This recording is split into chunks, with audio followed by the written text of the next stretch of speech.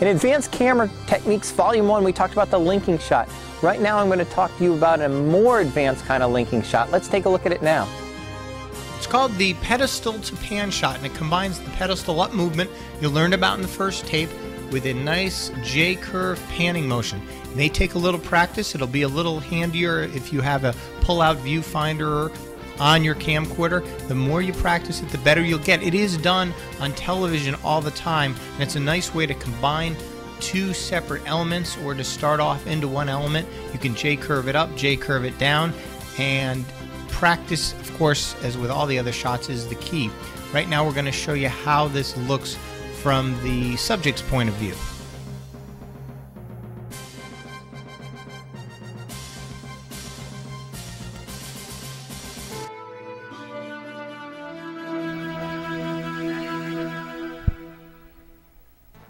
One popular thing used by commercials a lot these days is narrowing down to a single color when you're doing black and white and highlighting that color. This can be done with a nonlinear system, or in this case, Steve Bolander explains how to do it with a mixer. Another stunning chroma key effect is called color blocking, where the entire video picture is black and white, except for one item that remains in living color.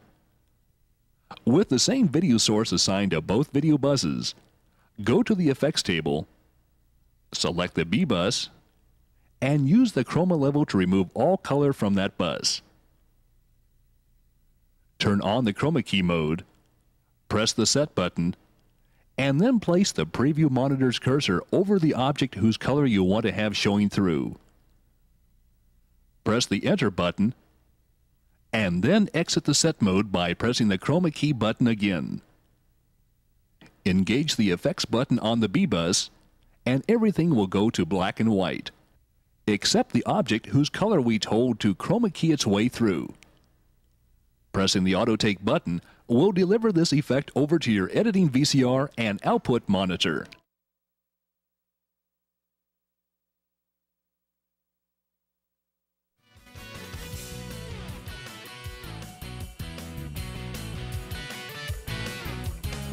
Here's another unique shot that everybody should do. It's used a lot in youth programs or in MTV. We call it the double Dutch shot because it starts off with a Dutch angle and ends with a Dutch angle, and in between you just have to do a nice smooth motion, starting with your first subject and ending on your second subject. May not be perfect at first, but the more you practice, the better you get. Here's another example of in a television station, and if you watch TV a lot, you're going to see this motion a lot. Here's a similar thing. We didn't quite end on a Dutch angle here, but starting with a Dutch angle and ending on another one and having the transition curved in between is very popular on television these days. With a little bit of practice, you'll get it down and you'll add it to your repertoire of video shots.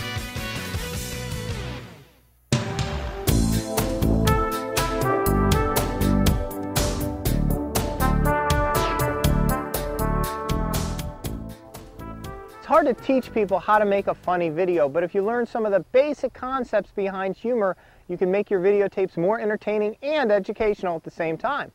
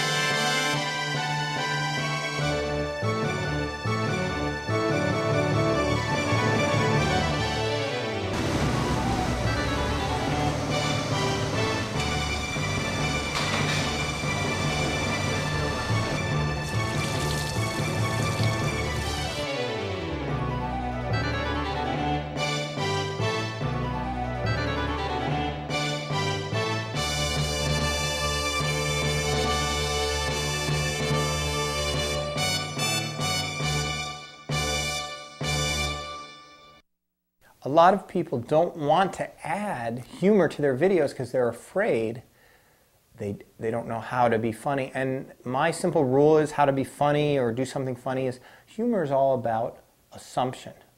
You assume something's going to happen. You assume that the convertible car wash went through the car wash and got all wet when it, really didn't. You assume in Back to the Future that the car crashed into the movie house at the end, which might not be funny, but it sort of is. But you never, if you watch it, it never really happens. You just see all the crash and everything happen, and you assume it did. Things are funny because people assume one thing's going to happen, and yet something else happens. And so if you remember that humor is about assuming things, you can create some pretty funny things. I'll give you a couple examples here. Remember that humor doesn't always have to be obvious. Humor can be about contrast and subtle expectations. Also, when a viewer sees a funny moment, it makes them feel more at ease, making them more receptive to watching the rest of the video.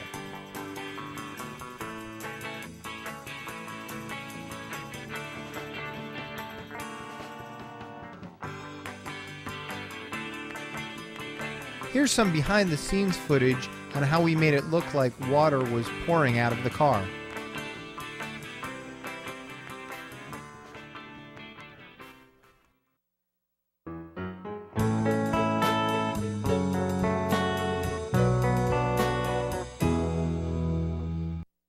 We put a considerable amount of time into the preparation, the preliminary preparation of these productions. In my opinion, you can no more do this without preparation than you can build a house without a foundation. I will spend more time gathering information, planning, discussing, drawing storyboards and that type of thing than most people spend on editing an entire production. And I think it's by doing that that we are able to really get to the heart of the story.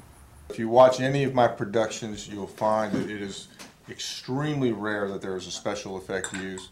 I would say that easily 99.5% of every transition is either a cut or a dissolve.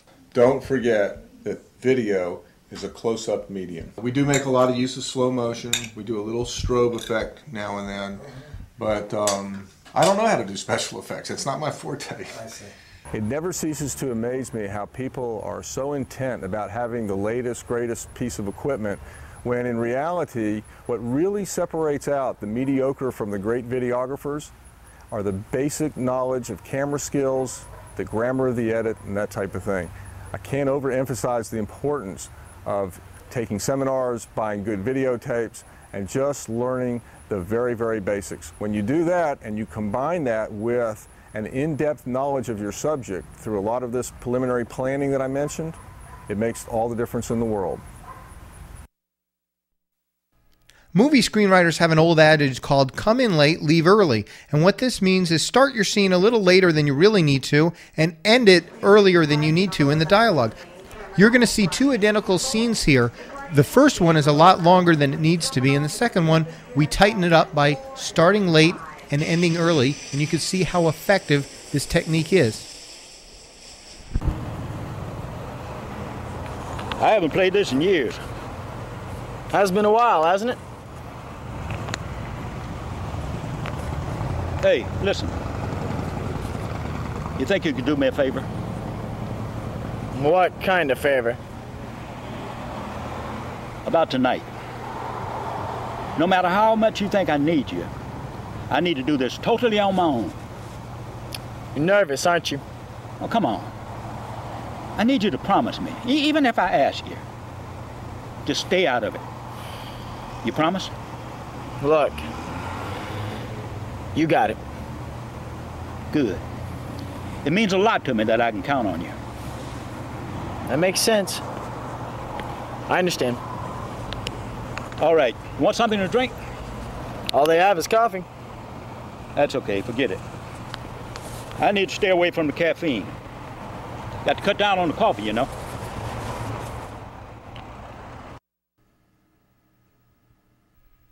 We're now going to watch the same dialogue scene applying the technique of coming in late and leaving early. Remember, we're only leaving in what's necessary. See if you can notice the difference.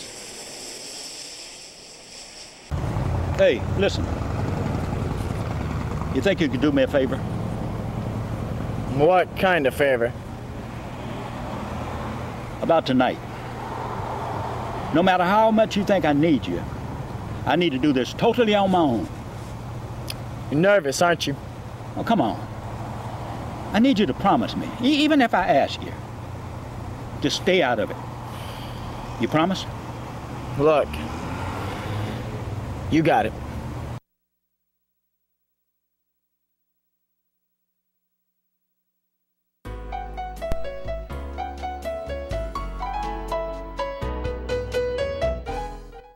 A lot of the new digital cameras now have progressive scan. I'm on progressive scan right now, and that's 30 frames a second, not A, B, but one after the other, and then converted to video. The reason I'm moving my hands a lot right now, as you can see, is that it gives a little motion that's a little bit different than what you were seeing in the earlier scenes, and it gives a little bit of film look. Now you can change the colors a little bit more using a video processor, and you can add some filters and different things, but I want you to experiment with progressive scan because sometimes it gives a really unique kind of image that you may want and you may not want, but it sort of looks more like film and you can have more fun with it. The image on your right and left were both done with the XL1 camera. We changed the one on the right to progressive scan mode, then saturated the colors and altered them more with the video processor, the BVP4. Here we have the progressive scan mode again with the processing, and here's a shot with straight video. Here we added the BVP4 Plus processor with progressive scan mode, so you can see it adds to that old film look.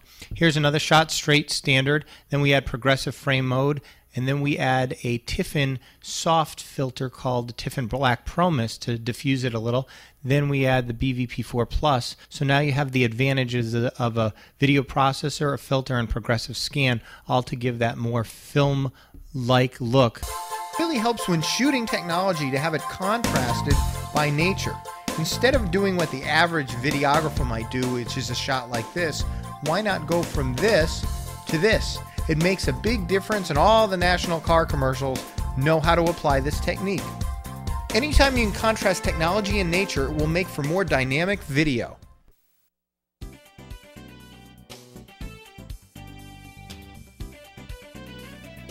Here's an effect you're probably already aware of, but you're not doing now.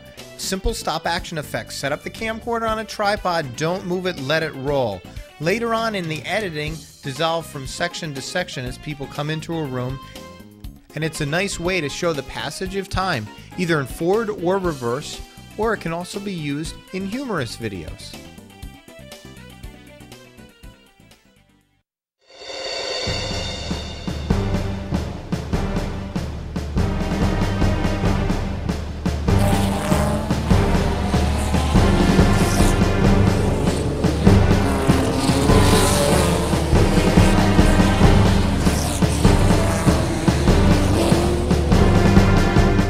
Someone who loves to do little chroma key, but you feel limited by setting up inside to do chroma key, keep in mind that with today's digital cameras and digital decks, you can chroma key outside. Just take a foldable, collapsible chroma key screen like this to jobs and have people sit in front of it. Now, it may not be as perfect as in the studio, but it may come pretty darn close. And most important, you can add some effects that people will say, wow, look at that.